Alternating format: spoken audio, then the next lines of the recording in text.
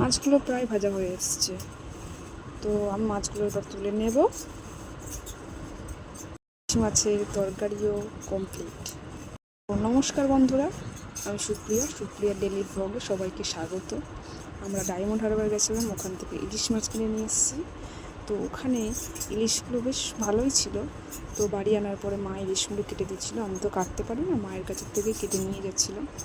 তো পরের দিন হলুদ সব মশলা মাখিয়ে মাছ ভাজতে দিয়েছিলাম, ভাজা শুরু করে দিয়েছি। মাছগুলো হালকা ফ্লেমে দিয়ে মাছগুলো হালকাভাবে ভেজে নেবো, বেশি কড়া করে ইলিশ মাছ ভাজলে স্বাদ পাওয়া যায় না। তো সব অনেকটাই মাছ ছিল, মাছগুলো ভাজা ভাজা হয়ে আসলে তুলে নেব। তো মাছ ভাজা আমার কমপ্লিট, মাছ ভাজা কমপ্লিট। তো এরপরে বেগুন রেখেছিলাম, বেগুনগুলোকে ভালোভাবে ভেজে নিচ্ছিলাম, বেগুনগুলোকে ভালোভাবে নেড়ে চেড়ে ভেজে নিচ্ছিলাম। এদিকে বেগুন ভাজা হচ্ছিলো, ওদিকে আমার আলু লঙ্কা এগুলো কেটে গুছিয়ে রেখে দিয়েছিলাম, সাইডে রেখে দিয়েছিলাম। তো এবার বেগুনগুলোকে ভালোভাবে নেড়ে চেড়ে ভেজে নিয়েছি, ভাজা হয়ে এসছে, প্রায় হয়ে আসলে ভাজাগুলো তুলে নিচ্ছিলাম।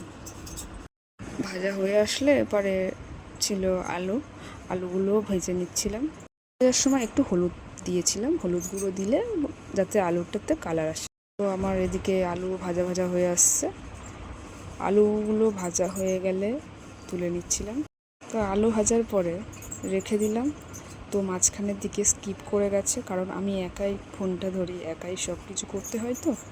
তো মাঝখানে ফোড়ন দেওয়াটা ওটা দেখানো হয়নি।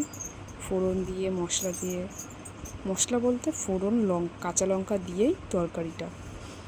তো কেমন লাগলো জানিও, যদিও খুব ভালো পারি না, তাও চেষ্টা করেছি, কেমন হয়েছে